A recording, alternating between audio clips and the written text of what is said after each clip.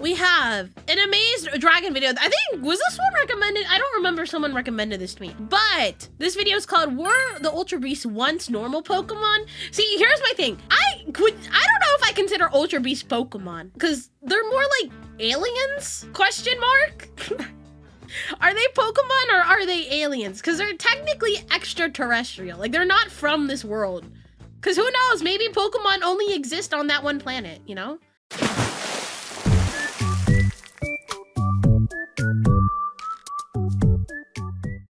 Those living in other worlds, the Pokemon now known as Ultra Beasts, they faced an even worse fate. But I will not take any Blacephalon hate, by the way. I love that damn clown. how did I even come to that conclusion in the first place? Alola's trial bosses, empowered by a mysterious Z-aura. This same aura also surrounds Ultra Beasts. Unlike our totem Pokemon though, Oh my God, it's Ultra Beasts Toracon. didn't just grow in size. Their worlds were hit by so much more. This is really scary, by the way. Necrozma's This is light horrifying. that it caused their bodies to change irreversibly, adapting themselves for better, or for worse, to their now alien ecosystem. But This is scary! how did Necrozma's light even get to these other dimensions? And why would it mutate Pokemon that we know oh so well into giant monstrosities? Well, according to the records coming from the Ultra Can I be honest? I forgot about these motherfuckers. Recon Squad, their ancestors were driven by greed, so much so that they desperately attempted to steal Ultra Necrozma's light. Their reckless actions caused Necrozma to shatter into thousands of fragments. These fragments, theorized by both Lily and Professor Kukui, are believed to be the Z crystals and sparkling stones that rained down onto our Alola region. But here is where things get strange. Ultra Necrozma's body didn't break apart in Alola. It happened in the dimension now known as the Ultra Megalopolis. So how did these crystals end up in our world in the first place? Well, Necrozma is one of the few Pokemon capable of opening Ultra wormholes, besides Solgaleo and Lunala, of course. Necrozma's scary. I've always been kind of freaked by Necrozma. So what's if, in its broken state, Necrozma unintentionally opened multiple wormholes across dimensions, scattering its Z-crystals, the broken shards from its body, through them? But it wasn't just the crystals that burst out of Necrozma. The very thing the Ultra Recon Squad's ancestors sought out, its light energy, also poured out alongside them. This light must have also traveled through the same wormholes, spreading Necrozma's energy across the many worlds. This is horrifying. And here's I love Buzzwole! I believe Hi, Tommy. Oh my God, Tommy, I haven't seen you forever, my guy. I almost said my goob. that's Why was I gonna say that? exactly what happened. In the games, the Ultra Recon Squad confirms that the Z-power surrounding Totem Pokemon is the very same light that once filled Necrozma. This idea is further backed up by Necrozma's ability to temporarily return to its original Ultra form. But what exactly is this light energy that comes from Necrozma? It's actually a lesser known form of something much more fundamental. Infinity energy, the life force that powers all living beings in the Pokemon world. We can see this connection clearly in Ultra Necrozma's signature Z move, the light that burns the sky. In order to unleash this attack, it draws energy directly. Parallel dimension still considered a person? Yes, it would still be. That seems. They two would still be Pokemon. Oh, I see. From its trainer, showing that this light is rooted in the same energy that binds trainer and Pokemon together. This connection is no coincidence. Z-moves, just like Mega Evolution, require a strong bond between Pokemon and trainer. And added onto that whole fact, Mega Evolution also releases large amounts of infinity energy. Necrozma's Pokédex entry adds even more weight to this theory. It reads this: the light pouring from its body affects living things and nature, impacting them in various ways. Infinity energy is also known to alter life itself, extending lifespans and increasing size. I mean, just look at AZ, who used a large amount. Everybody, if you haven't played Legends EA, close your ears. Rest in peace, my goat, AZ. Amount of life energy harvested from Pokemon 3,000 years ago. But how do I know that our worlds must have once looked the same? Well, in Ultra Space you can find something known as the Ultra Wilds, which are dimensions you can access through an assortment of differently colored wormholes. What's interesting about this is that there are multiple different versions, or in a sense, copies of these worlds. Even ours functions on a very similar level. If you're playing Pokemon Moon, you can travel to Pokemon Sun, and if you're playing Pokemon Sun, you can travel to Pokemon Sun, Moon. These worlds each contain Pokemon that are exactly the same as ours, even being able to be caught by normal Pokeballs. And the Ultra Beasts? Well, they are too able to be captured by us, even if it is slightly more difficult than normal. Now then, I'll be going through every single one of their worlds, and for each of the Ultra Beasts living there, I'm going... If I told you yes, would you be sad? To argue what Pokemon they originally mutated from, why they look the way they do now, and at the same time, I'll also give you the information behind each of their world's ecosystems. The Ultra Beast known as Buzzwole is also commonly referred to as the swollen Pokemon, and rightfully so, with witnesses reporting it to be able to pulverize a dump truck with a single punch. It also allows us to listen to its workout playlist while we're here, which I always appreciate. He's just a big bug. Home dimension is the Ultra Jungle, a vast humid rainforest teeming with twisting trees that eerily resemble muscular figures flexing their torsos and arms. The unstable environment is constantly reshaped by volcanic activity and rivers that snake through the jungle. In the back of the accessible area lies an active volcano that can erupt, summoning Buzzwole in the process. But Necrozma's radiation didn't just affect the plant life. I believe that Cutiefly had to adapt itself into what we now know as Buzzwole. What? You think Cutiefly turned into Buzzwole? What? In order to survive... Wait, okay, hold up! He might be cooking, in this chat! extremely hostile dimension that was showered in Necrozma's light. Look, I know it sounds strange, but hear me out. Let's start with Buzzwole's location in Pokemon Sun. There you can find it within Melemele Meadow, a place known for its abundant population of Cutiefly. Sure, this could be a coincidence, but the more you look, the more it lines Coincidence? up. I think not! Biologically, Buzzwole is clearly based on a mosquito. Mosquitoes take up nutrients by feeding on blood. But here's the thing. Oh my god, what the fuck was that clip with the Snorlax? Only female mosquitoes do this. Male mosquitoes actually feed on nectar, just like Cutiefly. And you know what animal Cutiefly is based on? Well, that's actually the bee fly, which shares an order with the mosquito, specifically the Diptera order, otherwise known as true flies. My theory is that Cutiefly had to take on the traits of its distant cousin, the female mosquito, while also retaining the male gender's physical durability.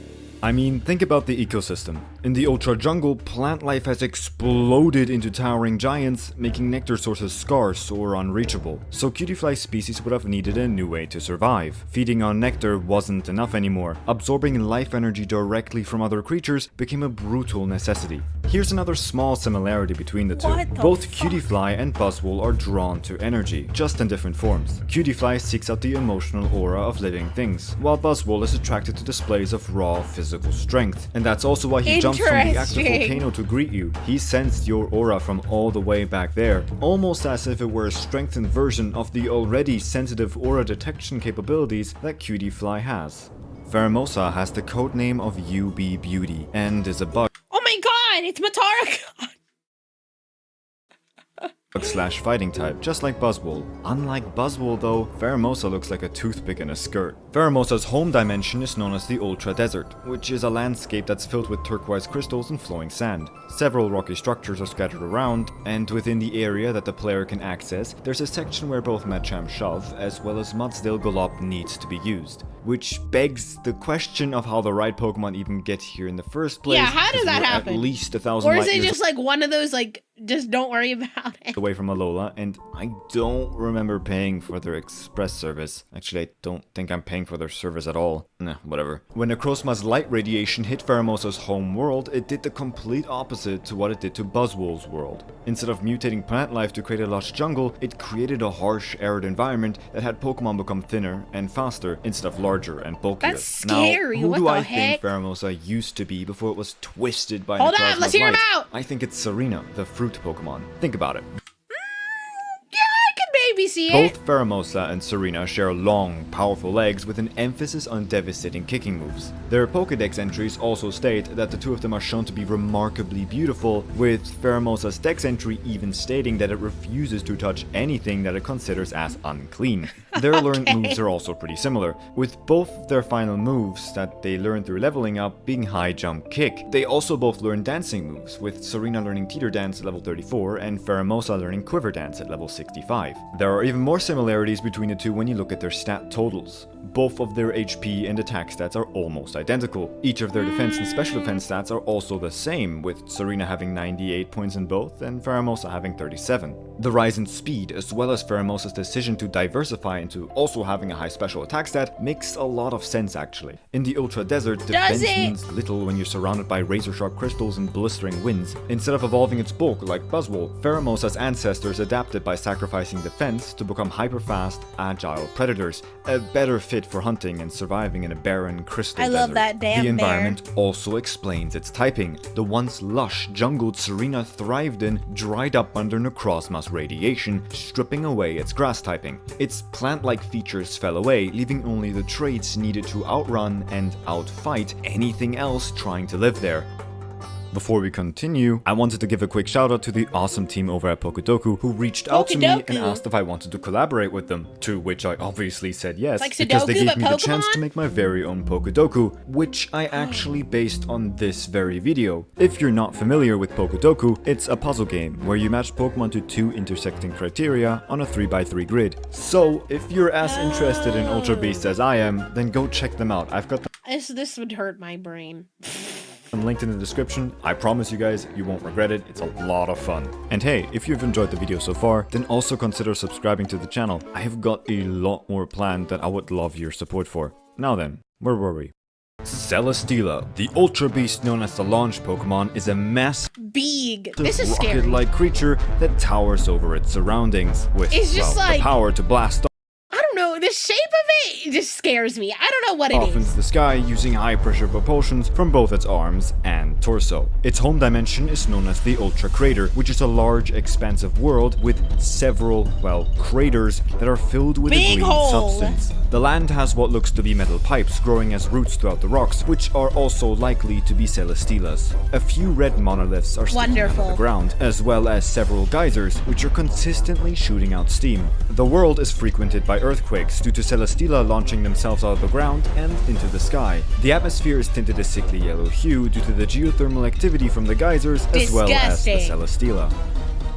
This time, I want to argue for something slightly different than a mutation, and this idea actually originates from one of the Ruin Maniac Files videos on the connection between Celesteela and Claydol. In Pokemon Moon, Celesteela appears in the Haina Desert, the same desert where Baltoy, Claydol's pre-evolution, can be found as an SOS encounter. The Haina Desert is also found right beside Blush Mountain, the volcano where Alola's geothermal power plant resides on, and the Ultra Crater's whole thing is geothermal vents and geysers, so I think you know what I'm getting at, right? Anyway, here's one of Claydol's Pokédex entries that I would like for you to have a look at. It states that this Pokemon came to life due to being exposed to a mysterious ray of light. What's if this light was that of Necrozma's radiation seeping through the Ultra wormholes? And what's if this exact thing happened in another world? A world which received much more of Necrozma's powers? That's what I think created the Celesteela. Not a mutation, but a different input in its creation process. This is also further backed up by their similar body structures. We know that Necrozma's light energy causes Pokemon to grow in size, and with more of Necrozma's light comes more growth. So while these two Pokemon might have the same outline, having 2 floating arms, a pointy head, and a large round torso, each of these features is ever so more pronounced in Celesteela.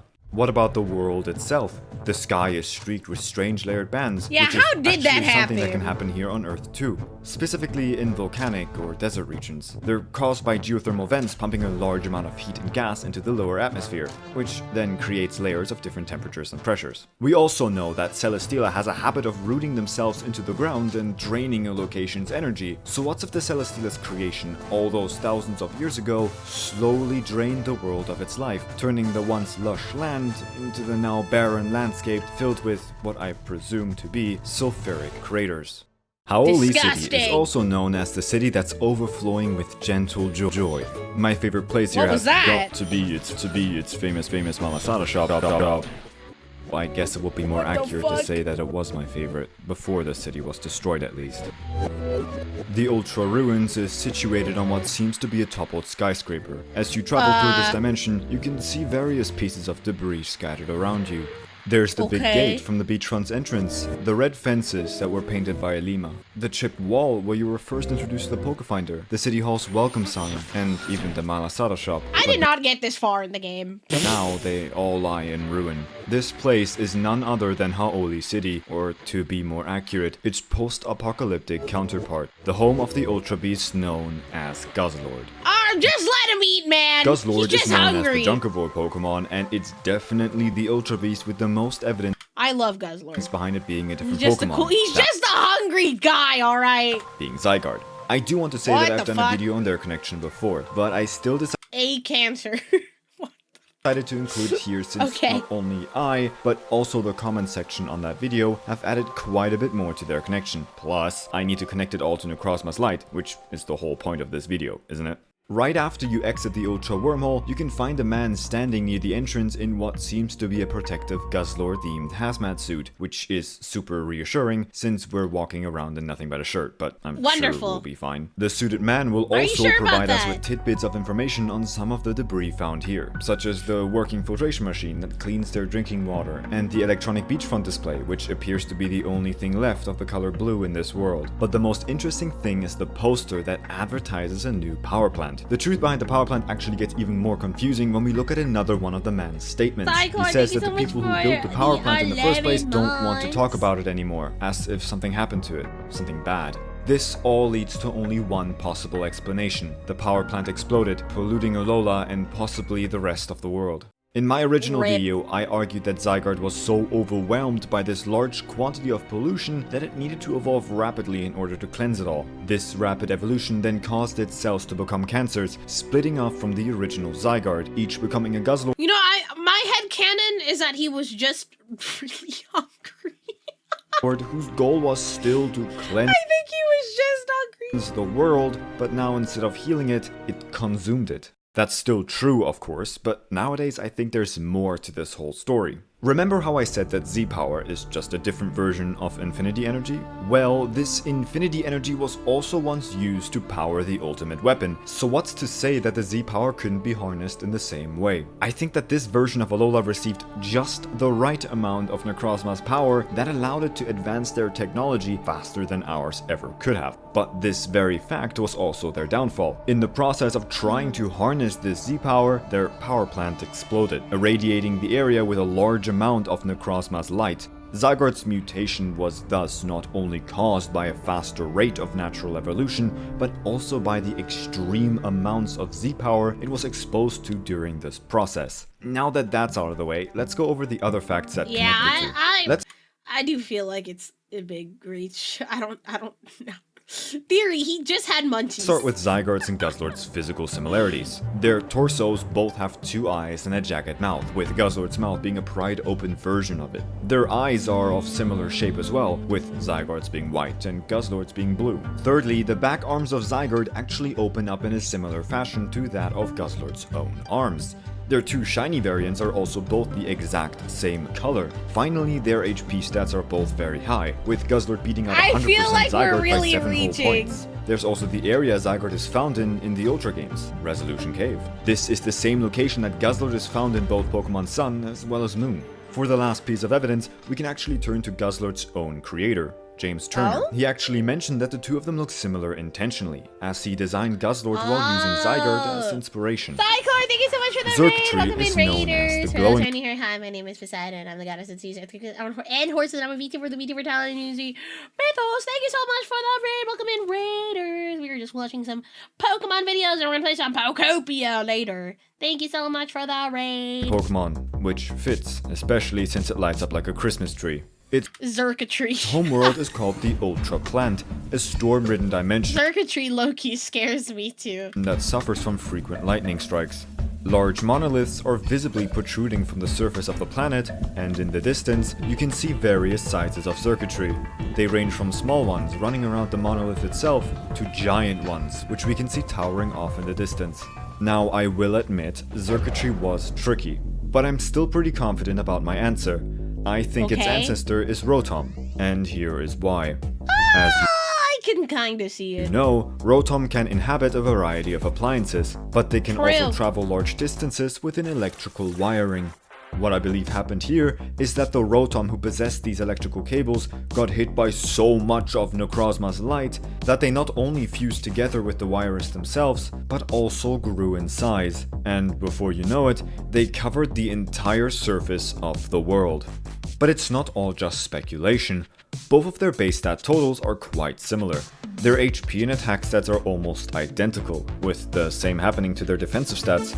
Their highest stat is also their special attack, with Xurkitree of course beating Rotom in every metric, but that's to be expected with an Ultra Beast that was irradiated by infinity energy. Then you have their typing. Xurkitree is a pure electric type Pokemon, while Rotom is an electric/ghost type. But you know which of the two Rotom actually retains when it inhabits electronics? It's the electric type. While it would usually gain another type based on the appliance itself, in this case, the wiring would just amplify its electricity instead. And that makes sense. Now, location-wise, Xurkitree can appear in both the Lush Jungle and Memorial Hills, but what I would like you to look at is the Memorial Hill location specifically. Yes, you can't find Rotom there, but it's also a graveyard, a location ghost type such as Rotom would feel most at home in. Something I want to quickly add on too is that you can actually encounter Phantom Trevenant's pre-evolution in here as well. Trevenant's a tree Pokemon that's known to use its roots as a nervous system. And, well, Xurkitree's body structure strangely resembles that So are we saying is also Trevenant? of a neuron. Plus, it also uses its cables as roots. But, well, that's just something to think about, I guess. Next up, Nihilego, also known as the Parasite Pokemon. It lives in a dark dimension that's filled with caves that include several colorful rocks, which are Jellicent? Question mark? shaped like various flora that shine like diamonds.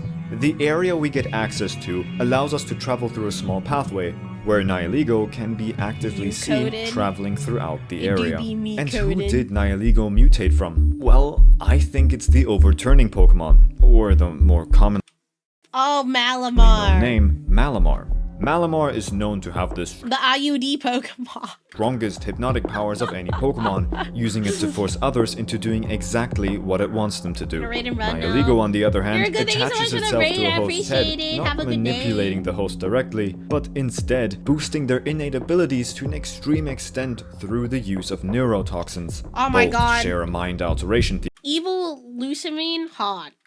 It's just that Nihilego amplifies their powers instead of directly controlling it, and I think that the mutation twisted Malamar's hypnotic powers into that of a chemical neurotoxin. But why? Well, I think that Necrozma's radiation actually affected Malamar's strategic mind the most. It was hit by so much of Necrozma's power that it not only lost most of its intelligence, it was so damaged that its mind was reverted to an almost childlike state. And that's also why we sometimes see it act like a young girl. The only thing remaining is the need to control others. We can also compare their physical features. Nihilego and Malamar are both modeled after sea creatures, one being a jellyfish, while the other is a squid. But is that really the case? Squids actually turn this white coloration that Nihilego has when they pass away, and that's due to their special pigmentation cells called chromatophores, which allows them to change their color. Since Necrozma's light damaged Malamar's brain, it became incapable to unconsciously manage these cells anymore, which caused their bodies to turn a pale white color. Oh, and also their shiny forms use the exact same color scheme of white and yellow, which is interesting. I would argue Malamar is a little more green, but I think we're reaching a little here. There's also the fact that Nihilego are actually capable of creating illusions, such as making itself and its allies vanish, as well as being able to see other people's memories. Both of them being leftover psychic abilities from Malamar explains why a rock and poison type would even have them in the first place. Kartana is a rather interesting Ultra Beast, and it's also referred to as the Drawn Sword Pokemon, which makes sense since its body is described to be able to cut down a steel tower with one stroke of its blade. Kartana's homeworld is that of a gigantic green valley that's fittingly dubbed the Ultra Forest. The leaves on the floor resemble origami paper, and the ground appears to be modeled after a Japanese rock garden. At the end of the winding path, you can encounter Kartana, who slashes a large rock in half before challenging you to a battle. The Ultra Forest is just Roronosaurus. Inhabited by other humans, which is where do these people come from? Actually what led me to believe that Kartana was once Honage, and its evolutionary line. That makes sense. My theory here is that Necrozma's radiation didn't just mutate the Honedge line into Kartana, it actually inverted the common relationship between sword and wielder. Honedge isn't actually the sword itself, it's the blue eye on the handguard, which is also a parasitic life form that uses the blue cloth to drain the lives of other people. With the Z power that Necrozma expelled also being the equivalent of life energy, I think that Honedge's evolutionary line gained a more powerful version of their siphoning ability that then allowed them to keep their user just alive enough for them to function, but never enough to fight back. It now wields people. Here's the evidence for it. The first person that greets you as you walk into the Ultra Forest is an older man who is actually capable of speaking the same language as we do. He lets us know that we must either capture Kartana or cut it down in a duel. But what he's actually saying is that we must either show Kartana that we can overpower it, or we must take it with us. A prominent characteristic found in parasitic organisms that allows them to spread and infect others. What I found to be the most interesting, however, is that no one else here actually speaks our language other than him. Everyone else here uses vocabulary that's actually a direct reference to Kendo, which translates to way of the sword.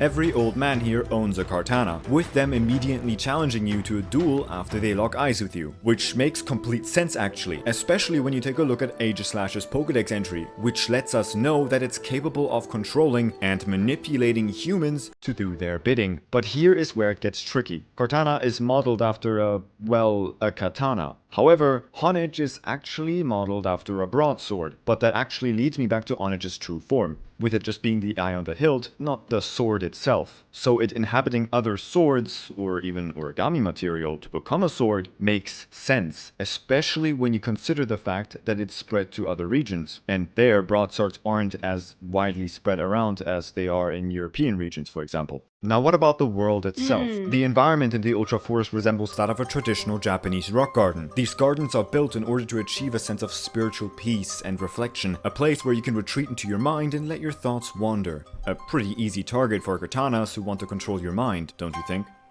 Poipole is actually the only Ultra Beast known to be able to the Poipole Naganadel line. Evolve into another, that being Naganadel. Its home world is none other than the Ultra Megalopolis, which, as stated in the beginning of the video, is the place where Necrozma lost its light. This one is rather tricky, especially since we don't actually know all too much about the Ultra Megalopolis' environment. But what we can see is, well, nothing. In that I mean there isn't any light to see things with. So while on one hand we could argue that Ultra Necrozma's light actually affected this world as well, I would like to disagree here. Right after it broke, Necrozma stole all of the light in the Ultra Megalopolis, which would, ironically enough, hinder its light radiation from affecting the people and Pokemon living here. With that in mind, I'd like you to take a look at Nidoran, the Poison Pin Pokemon, and then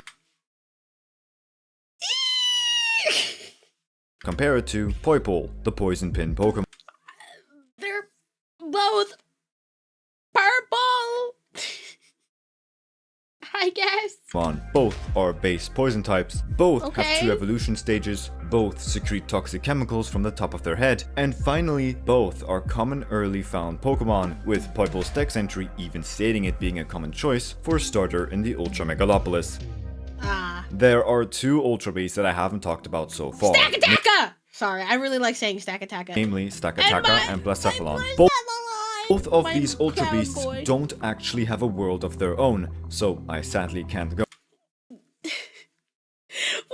What would come close to both of these though? What would mutate into both of these? Show you what it might look like, but we can speculate. Blacephalon could have originated from a world where everything, even the ground, is unstable and constantly blows up. And for Stakataka, I think it could have actually originated from a world entirely made out of Stakataka, like a giant hive mind. I would like to leave it up to you to decide which Pokemon they could have come from. I've got my own ideas and speculations, sure, but I think it would be fun to discuss that together in the comment section with you all.